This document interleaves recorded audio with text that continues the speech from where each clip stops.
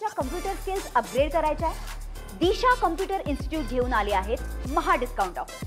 आता कोणताही कोर्स करा फक्त 1800 रुपयांमध्ये। खासदार निलेश लंकेंनी मागच्या 3 महिन्यात दर महिन्यात एका गड किल्ल्याच्या स्वच्छतेची मोहीम हातात घेतलेली आहे। त्याप्रमाणे राष्ट्रवादीचे सर्व कार्यकर्ते आज नाशिक जिल्ह्यातले या ठिकाणी एकत्रित आले आहेत, नगर जिल्ह्यातले बरेच आलेले आहेत आणि महाराष्ट्रातले गडकोट किल्ले जे आहेत त्या सगळ्यांची संवर्धन करणं, स्वच्छता करणं आणि त्याच्यात जे शक्य असेल लोक मदतीने ते दुरुस्त्या सुधारणा करण्याचा प्रयत्न करणं हा या मोहिमेचा उल्लेख।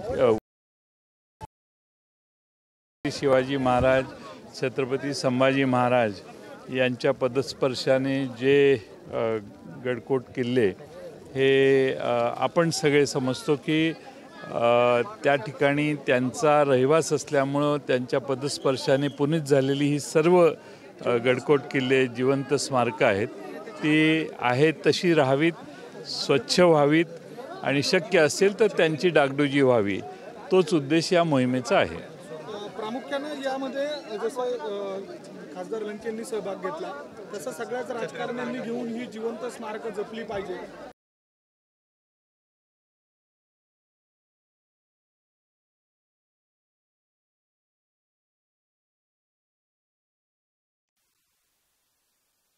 आहे आपुलकी आहे, जिव्हाळा आहे। हजारो तरुण आज या ठिकाणी एकत्रित आलेत, आपण पाहताय त्या तरुणांच्यात तर नवचैतन्य या गडकोट मोहिमेमुळं निर्माण होतं आणि छत्रपती शिवाजी महाराजांच्याबद्दलच्या आदराची भावना, छत्रपती संभाजी महाराजांची हे व्यक्त करत तरुण या ठिकाणी येतात। तर शिवाजी महाराजांचं नाव घेऊन राजकारण अनेक जण करतात, जवळपास महाराष्ट्रातले सगळेच पुढारी याबाबतचं राजकारण करू पाहतात, मात्र जिवंत स्मारकं या ठिकाणी संवर्धन करण्याकडे काही अंशी म्हटल्यापेक्षा जास्त प्रमाणात दुर्लक्ष होत आहे।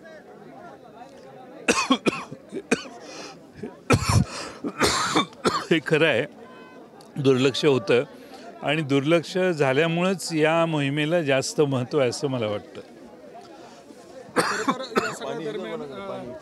चांदवडला देखील अहिल्यादेवींचा रंगमाल आहे, होळकरांचा तो कलाविष्कार आहे, मात्र दुर्लक्षित राहिलेला आहे।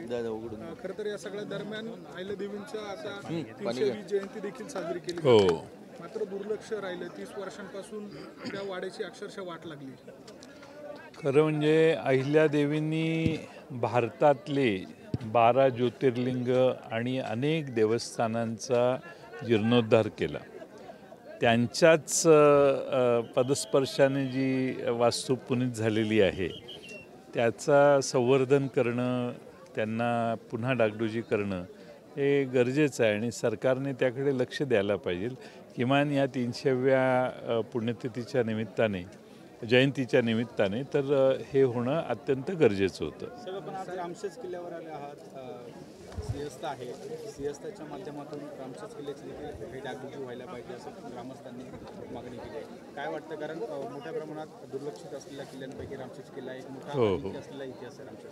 मला अपेक्षा आहे की सरकार या सिंहस्थाच्या नाशिक जिल्ह्यातल्या त्र्यंबकेश्वर परिसरातल्या सुधारणा करताना या किल्ल्यालाही त्याच पद्धतीनं महत्त्व देईल। माळेगाव साखर कारखान्याचा आजच्या दिवशी मतदान प्रक्रिया पार पडते, मतदान झाल्यानंतर मोजणी ही बारामतीला होणार आहे। त्या सगळ्या अनुषंगाने राजकीय आरोप प्रत्यारोप बघायला मिळाले। निवडणूक लक्षवेधी ठरते। त्या माळेगावची निवडणूक ही तिथल्या तालुक्यातल्या कारखान्याची निवडणूक आहे, हा स्थानिक प्रश्नावरची निवडणूक आहे आणि स्थानिकदृष्ट्या जे बोललं जातं आहे ते प्रसारमाध्यमं महाराष्ट्रभर दाखवत आहेत, पण प्रश्न मात्र तिथला स्थानिक कारखान्याचाच आहे। सत्तेचा वापर केला जातोय, पैसे वाटले जाते असं देखील आरोप होतोय, त्यामुळे असं मी तुमच्या माध्यमातून, प्रसारमाध्यमातून बघितलं, अनेक लोकांचं तसं म्हणणं दिसतंय। 45 दिवसात सर्व फुटेज नष्ट केलं जाणार आहे, निवडणूक आयोगाचं म्हणणं आहे की त्याचा गैरवापर केला जातो। निवडणूक आयोगाला मागच्या निवडणुका कशा झाल्या आहेत हे चांगलं माहिती आहे आणि म्हणून फुटेज देण्याचं त्यांचं धाडस होत नाही आहे आणि सर्व ठिकाणी ज्या ठिकाणी तक्रारी विरोधी पराभूत उमेदवारांनी केल्या तिथलं फुटेज देऊन खरं म्हणजे ही पारदर्शकता निर्माण करणं ही निवडणूक आयोगाची जबाबदारी होती. मी अपेक्षा करतो की महामहिम सर्वोच्च न्यायालयाचे सरन्यायाधीश गवई साहेब हे यात लक्ष घालतील. त्यांच्या मातोश्रींनीच अपेक्षा व्यक्त केलेली आहेत की बाकी काही नका करू, फक्त बॅलेटवर ही निवडणूक घ्या.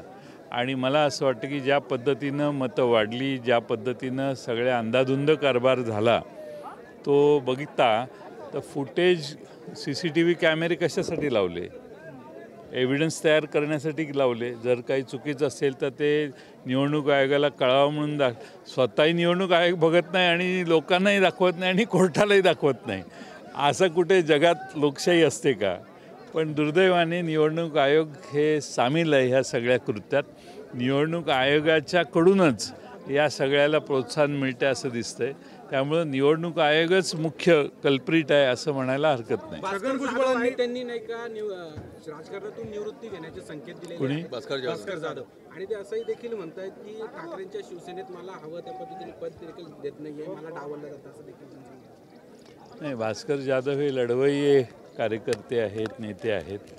मला खात्री आहे की ते लढत राहतील आणि असं काही निवृत्ती स्वीकारणार नाहीत. छगन भुजबळांनी विद्याचा जो मुद्दा आहे तो आयरनविट होतोय.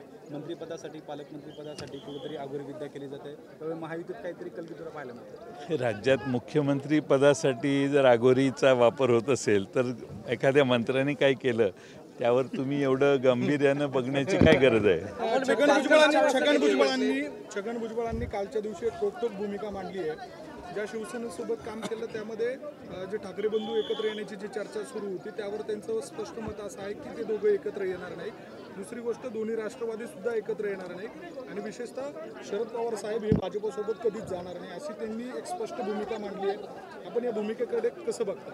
मी ते काय म्हटले नक्की ऐकलेलं नाही, पाहिलेलंही नाही आहे. पाहिल्यावर सांगेन. भास्कर जाधव असे म्हटले की मी शरद पवारांना सोडलं ही माझी मोठी चूक आहे, त्यांनी मला अनेक मंत्रिपद दिलेलं आहे असं देखील. शरद पवार साहेबांना सोडलं असे अनेकांना दुःख होतं आहे. काही असे व्यक्त करत आहेत, काही लोक व्यक्त करू शकत नाहीत. अशी सध्याची परिस्थिती आहे. हिंदी भाषा सक्तीवरून आसिम सरोदे यांनी देवेंद्र फडणवीसांना नोटीस पाठवली आहे. त्यामध्ये म्हटले की मराठी माणूस आणि महाराष्ट्राची फसवणूक केल्याचा आरोप केला. मराठी भाषेला अभिजात दर्जा एका बाजूला द्यायचा आणि दुसऱ्या बाजूला हिंदी कंपल्सरी कसं होईल असेच नियम करायचे. खरं हिंदी हे ऑप्शनल आहे, तसं ऑप्शनल ठेवलं आहे. पण मग दुसरी जर भाषा घ्यायची असेल संस्कृत तर मग 20 विद्यार्थी असल्याशिवाय ती घेता येत नाही. म्हणजे तू नाईलाजाने पुन्हा हिंदीकडे जा असंही व्यवस्था जर सरकारने केली असेल तर हा मराठी भाषेच्या ऑप्शनल असेल तर आमची काही हरकत नाही. पण हिंदी न घेता तुम्ही दुसरी भाषा घेतली आणि त्याला 20 विद्यार्थी जमले नाही तर तुम्हाला नाईलाजाने पुन्हा हिंदीकडे वळावं लागतं. हे चुकीचं आहे आणि सरकार त्यामुळं त्यानिमित्तानं हिंदी भाषेला आमचा विरोध नाही, पण हिंदी भाषेचं कौतुक मराठीपेक्षा जास्त होऊ नये एवढी तर आमची ठाम अपेक्षा आहे. अजितदादा मुख्यमंत्री व्हावेत अशी अण्णा बनसोडेंनी इच्छा व्यक्त केली आहे. तर कालच अमोल मिटकरी यांनी देखील पांडुरंगाला साकडे घातल्याचं त्यांनी सांगितलंय. काय वाटतं आपल्याला? आपण देखील एकेकाळचे त्यांचे सहकारी आहेत, अजितदादा मुख्यमंत्री व्हावेत.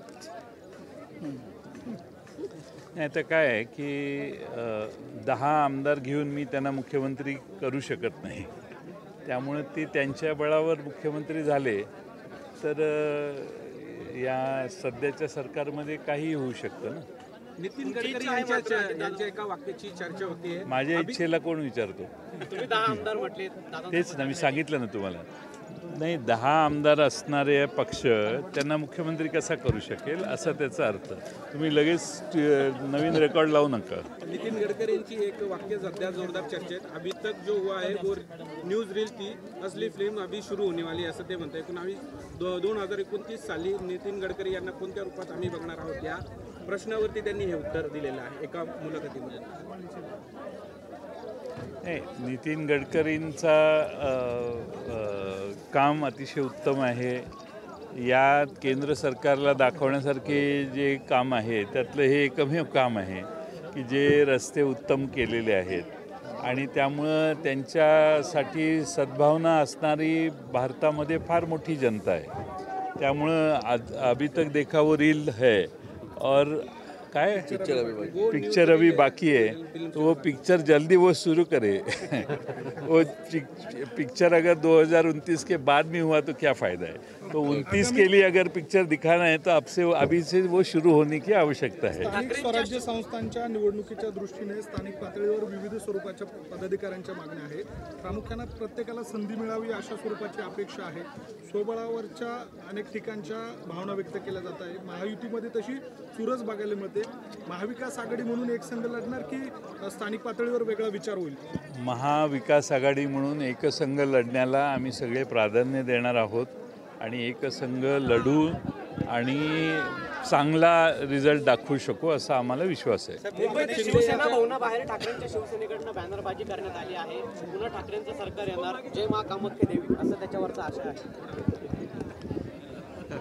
आता कोण कोण देवीला साकडं आलेलं आहे याचा शोध घ्या तुम्ही. मुंबईत बॅनरवर सुरू असल्याचं पाहायला मिळतंय. मुंबईत बॅनरवर सुरू असल्याचं पाहायला मिळतंय. मातोश्री परिसरामध्ये नितेश राणे यांच्या वाढदिवसानिमित्त जे बॅनर लावलंय त्यात वस्ताद आणि हिंदू गब्बर असं उल्लेख करण्यात आलाय. वस्ताद आणि हिंदू गब्बर, हिंदू गब्बर नितेश राणे गब्बर. गब्बर म्हणजे असा उल्लेख करण्यात आला. शोले मधल्या गब्बरला काही चांगल्या दृष्टीनं लोक बघत नव्हते. त्यामुळं हिंदू गब्बर म्हणजे काय हे मला कळलं की मग त्याच्यावर बोलेन. पण त्यांचा वाढदिवस आहे, आजच आहे का? त्यांना शुभेच्छा. प्रदेश अध्यक्षपदासाठी आपण एक इच्छा व्यक्त केली होती शरद पवारांसह. अनेक नावं चर्चेत आहेत. काय वाटतं राष्ट्रवादीत काय? आता काय आहे की आता किल्ल्यावर चढायचं आहे. तुमच्यापैकी जे वर येतील त्यांनाच तो बाईट देईन मी. तुम्हाला तुमच्या कम्प्युटर स्किल्स अपग्रेड करायच्या आहे? दिशा कम्प्युटर इन्स्टिट्यूट घेऊन आले आहेत महा डिस्काउंट ऑफर. आता कोणताही कोर्स करा फक्त 1800 रुपयांमध्ये.